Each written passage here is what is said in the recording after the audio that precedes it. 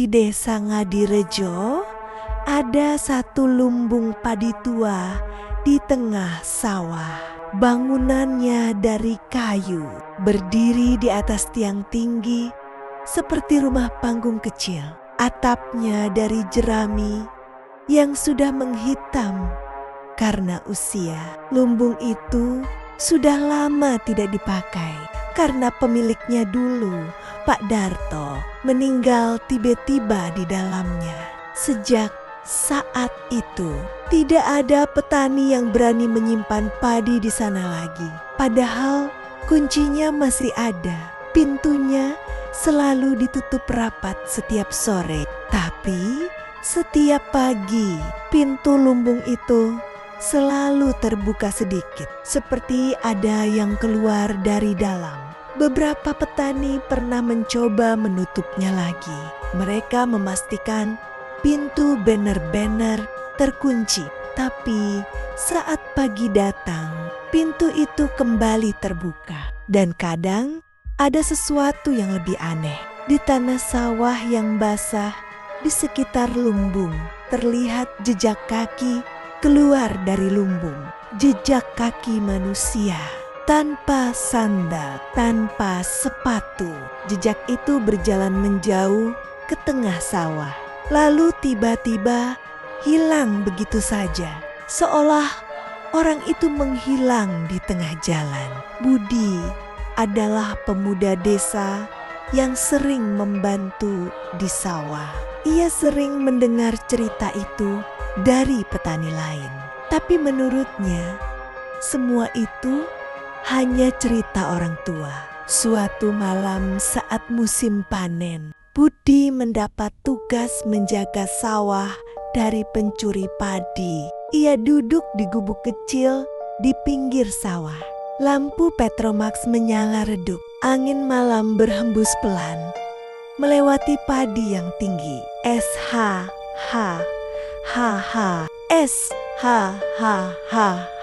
Jam di ponselnya menunjukkan 00,47 malam. Saat itulah Budi melihat sesuatu di kejauhan. Pintu lumbung padi itu terbuka. Padahal sore tadi ia melihat sendiri petani menguncinya. Budi berdiri. Ia mengambil senter. Paling tikus atau orang iseng, gumamnya. Ia berjalan melewati pematang sawah menuju lumbung. Semakin dekat, udara terasa semakin dingin. Padi di sekelilingnya bergerak pelan. Padahal angin sudah berhenti. Budi sampai di bawah lumbung. Tangga kayu kecil terlihat gelap. Pintu di atas terbuka sedikit. Ia menyorot senter ke atas. Tidak ada apa-apa, hanya gelap. Budi mulai menaiki tangga. K-R-I-E-E-I-K-R-I-E-E-K. Setiap langkah tangga berbunyi keras. Saat sampai di depan pintu, Budi perlahan mendorongnya. Pintu terbuka. U-K-R-E-E-E-K. Di dalam lumbung gelap sekali. Budi menyorotkan senter ke dalam. Karung-karung padi lama masih tersusun di sudut. Debu beterbangan di udara. Tidak ada orang. Budi menghela napas lega. Tuh kan, tidak ada apa-apa. Ia berbalik hendak turun. Tapi saat ia melangkah keluar, sesuatu membuat tubuhnya langsung kaku. Di tanah sawah, di bawah lumbung, tiba-tiba muncul jejak kaki baru. 1, 2, 3. Jejak itu muncul sendiri. Seolah seseorang yang tidak terlihat sedang berjalan keluar dari bawah lumbung. Budi menatap ketakutan. Jejak kaki itu berhenti tepat di depan tangga. Lalu perlahan tangga kayu di bawah Budi berbunyi. K-R-E-E-K. seperti ada seseorang yang sedang naik ke arah dirinya. Padahal tidak ada siapapun di sana.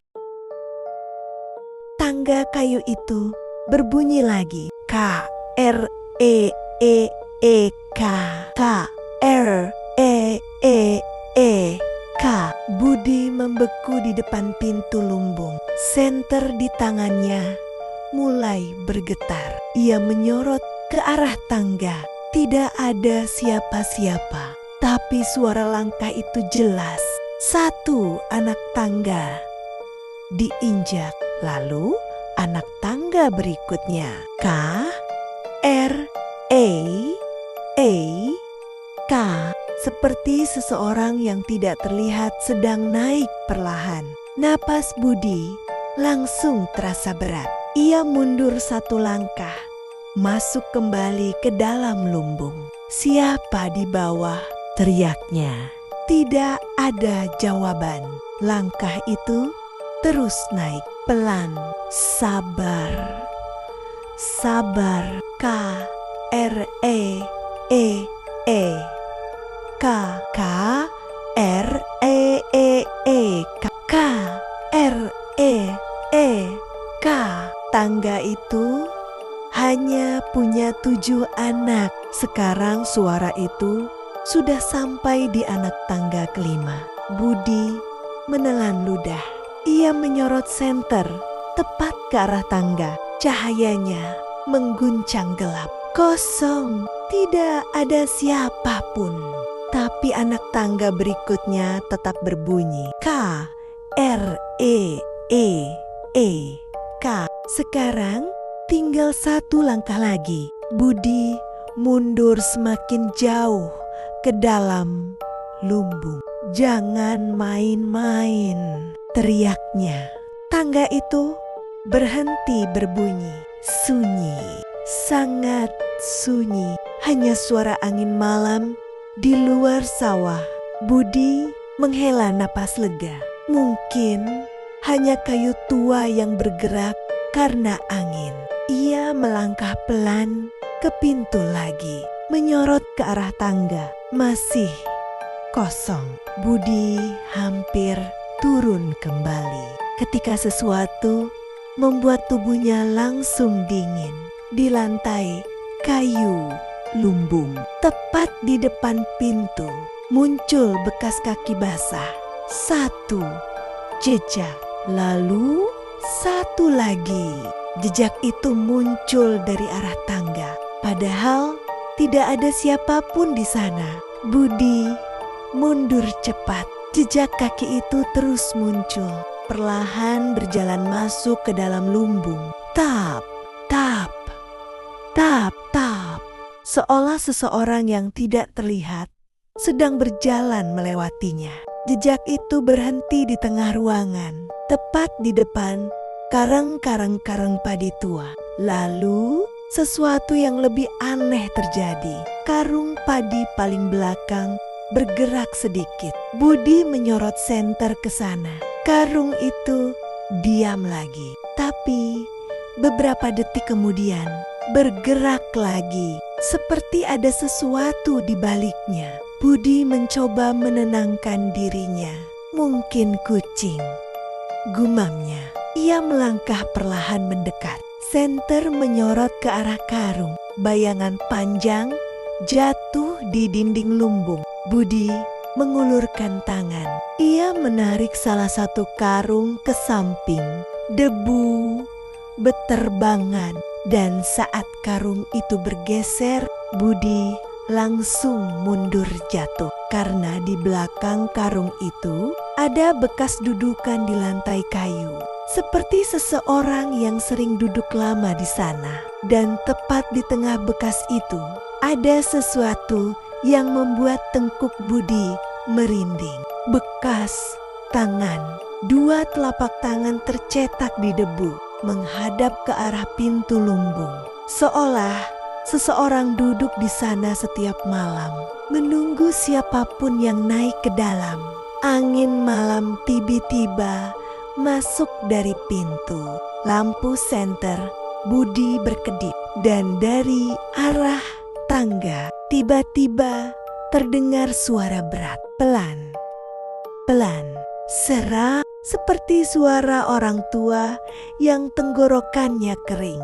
Siapa yang masuk lumbungku? Suara itu datang dari arah tangga, serak, pelan, tapi sangat jelas. Siapa yang masuk lumbungku? Bulu kuduk Budi langsung berdiri. Ia menyorot senter ke arah tangga lagi. Kosong. Tetap tidak ada siapapun. Tapi suara napas terdengar berat seperti seseorang yang baru saja naik ke atas. Ha, ah, ah, ha, ah, ah, ha. Budi mundur perlahan. Siapa? Suaranya gemetar. Tidak ada jawaban. Hanya suara langkah pelan di lantai kayu. Tap, tap, tap. Padahal tidak ada tubuh yang terlihat. Jejak kaki basah kembali muncul di lantai lumbung. Satu demi satu berjalan mendekati Budi. Senter di tangan Budi hampir jatuh. Ia terus mundur sampai punggungnya menyentuh dinding kayu. Jejak kaki itu berhenti tepat di depannya. Hanya beberapa langkah saja. Udara di sekelilingnya tiba-tiba terasa sangat dingin. Lalu debu di lantai mulai bergerak seperti tertiup napas seseorang, dan perlahan sesuatu mulai terlihat. Siluet awalnya samar seperti bayangan tipis di udara, lalu semakin jelas. Tubuh seorang pria tua perlahan muncul di depan Budi. Kulitnya pucat, bajunya seperti pakaian petani lama. Sarung lusuh terikat di pinggang. Wajahnya keriput, matanya kosong seperti lubang gelap. Budi langsung tahu siapa itu. Pak Darto, pemilik lumbung yang meninggal bertahun-tahun lalu. Pak Darto berdiri diam menatap Budi. Air menetes dari tubuhnya seperti baru keluar dari lumpur sawah. Sudah lama tidak ada yang naik ke sini, katanya pelan. Budi tidak bisa menjawab. Kakinya terasa lemas. Pak Darto melangkah satu langkah lebih dekat. Lantai kayu berbunyi pelan. K-R-E-E-K. Padi di sini harus dijaga. Lanjutnya, kalau tidak semua akan hilang. Budi menelan ludah. Tapi ini sudah lama tidak dipakai. Pak Darto tersenyum tipis. Senyum yang membuat wajahnya terlihat semakin mengerikan. Itu sebabnya aku masih di sini. Angin malam masuk lagi ke dalam lumbung. Padi di kareng-kareng tua bergeser pelan, seolah ada sesuatu bergerak di dalamnya. Budi melihat ke arah karung. Beberapa karung terlihat bernapas, mengembang, lalu mengempis. Pelan, Budi memalingkan wajahnya lagi ke Pak Darto. Pak, saya cuma lewat. Pak Darto menatapnya lama, lalu berkata sesuatu yang membuat darah Budi seperti berhenti mengalir. Semua orang yang masuk ke lumbung ini juga bilang begitu. Pak Darto mengangkat tangannya perlahan, menunjuk ke arah karung-karung padi. Sekarang mereka membantu menjaganya. Budi menoleh lagi. Senter menyorot ke salah satu karung. Karung itu bergerak lagi. Kali ini lebih kuat, dan dari dalam karung tiba-tiba muncul jari-jari tangan manusia. Kotor, kaku, mencengkeram kain karung dari dalam. Budi menjerit dan mundur. Pak Darto masih menatapnya dengan tenang. Lumbung ini tidak boleh kosong. Kalau kosong, Pak Darto melangkah semakin dekat. Wajahnya sekarang hanya beberapa sentimeter dari wajah Budi. Padi akan membusuk dan seseorang harus tinggal di sini. Lampu senter tiba-tiba mati. Gelap total dan dalam kegelapan Budi mendengar sesuatu yang membuat tubuhnya membeku. Puluhan suara napas datang dari dalam karung-karung padi, seperti banyak orang yang terkurung di dalamnya. Lalu suara Pak Darto terdengar lagi, lebih dekat, tepat di telinga Budi. Untung malam ini ada yang datang menggantikan. Gelap total di dalam lumbung. Budi tidak bisa melihat apapun, tapi ia bisa mendengar suara napas banyak sekali datang dari arah karang-karang padi di sekelilingnya. Ha, a, ha, ha, ha, aha, seperti puluhan orang yang terjebak dalam ruang sempit. Budi mencoba meraba senter di tangannya. Tangannya gemetar hebat. Pak, tolong, saya mau pulang. Suaranya hampir menangis. Suara Pak Darto terdengar lagi. Sangat dekat, tepat di belakangnya. Dulu mereka juga bilang begitu. Budi merasakan sesuatu menyentuh bahunya. Tangan yang dingin sekali, seperti kayu basah yang lama terendam air. Budi menjerit dan mencoba berlari ke arah pintu. Ia meraba dinding kayu, mencari jalan keluar. Akhirnya, ia menemukan pintu lumbung. Ia mendorongnya keras. Plok, pintu terbuka. Angin malam masuk kencang. Budi langsung melompat turun tangga. Kakinya hampir terpleset. Ia berlari menembus sawah tanpa menoleh lagi. Angin malam menerpa wajahnya. Padi bergoyang liar di kiri kanan. Budi terus berlari. Sampai akhirnya ia sampai di gubuk kecil tempat ia berjaga tadi. Lampu Petromax masih menyala. Budi jatuh terduduk. Napasnya tersengal. Ia menoleh ke arah lumbung dari kejauhan.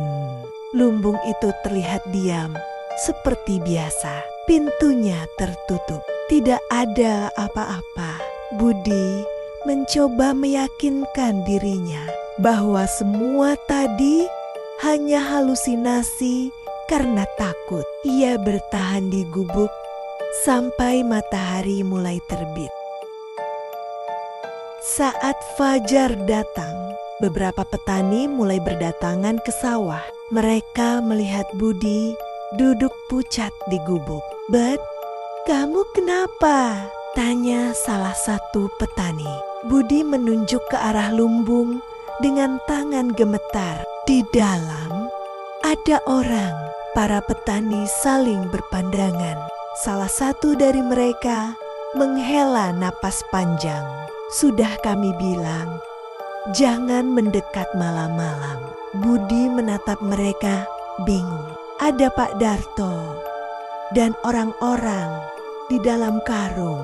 Para petani diam lama. Lalu salah satu dari mereka berkata pelan, "Pak Darto memang meninggal di lumbung itu, tapi bukan sendirian." Budi mengerutkan dahi. Maksudnya, petani itu menatap ke arah lumbung. Waktu musim paceklik dulu, beberapa orang mencuri padi di sana. Pak Darto menangkap mereka. Terjadi perkelahian. Lumbung terbakar malam itu. Budi merasakan dadanya semakin dingin. Lalu petani itu menelan ludah. Beberapa orang tidak sempat keluar, termasuk Pak Darto. Angin pagi bertiup melewati sawah. Padi bergoyang pelan. Budi menatap lagi ke arah lumbung. Pintu lumbung itu sekarang terbuka sedikit. Padahal tadi ia ingat pintunya tertutup. Budi berdiri pelan. Ia menunjuk ke sana. Itu pintunya. Para petani ikut menoleh. Salah satu dari mereka berkata pelan, "Itu biasa. Setiap pagi memang terbuka." Budi tiba-tiba merasa ada sesuatu yang aneh di tangannya. Ia melihat telapak tangannya. Ada debu padi menempel di sana. Dan di kuku jarinya terselip butiran beras kering. Padahal ia tidak menyentuh karung apapun setelah keluar dari lumbung. Budi mencoba menghapusnya. Tapi butiran beras itu tidak jatuh. Seolah menempel kuat di kulitnya. Saat itulah salah satu petani melihat sesuatu. Tad, Budi menoleh. Petani itu menunjuk ke belakang Budi, ke arah tanah sawah. Ada jejak kaki. Jejak kaki berlumpur keluar dari arah lumbung menuju gubuk tempat Budi duduk. Jejak itu berhenti tepat di belakangnya. Dan sekarang jejak baru mulai muncul lagi di tanah basah. 1, 2, 3 berjalan menjauh dari Budi, kembali menuju lumbung. Para petani terdiam melihatnya karena jejak itu muncul sendiri, seolah seseorang yang tidak terlihat baru saja mengantar sesuatu keluar dan sekarang kembali masuk ke lumbung. Angin pagi tiba-tiba bertiup lebih kencang. Pintu lumbung perlahan menutup. K dan sebelum benar-benar tertutup, Budi bersumpah ia melihat sesuatu di dalamnya. Seseorang berdiri di pintu. Tubuhnya hitam seperti hangus terbakar. Wajahnya hampir tidak terlihat, tapi matanya menatap langsung ke arah Budi. Dan sosok itu tersenyum seolah berkata tanpa suara, "Kamu masih boleh pergi untuk sekarang." Pintu lumbung menutup, sunyi kembali. Tapi sejak hari itu, Budi tidak pernah lagi melewati sawah itu saat malam. Karena setiap kali jam mendekati tengah malam, ia selalu mendengar sesuatu dari arah lumbung. Suara karung padi yang bergerak dan suara seseorang memanggil dari kejauhan. Pelan, serak. "Budi, kalau lumbung kosong lagi, kamu yang gantikan."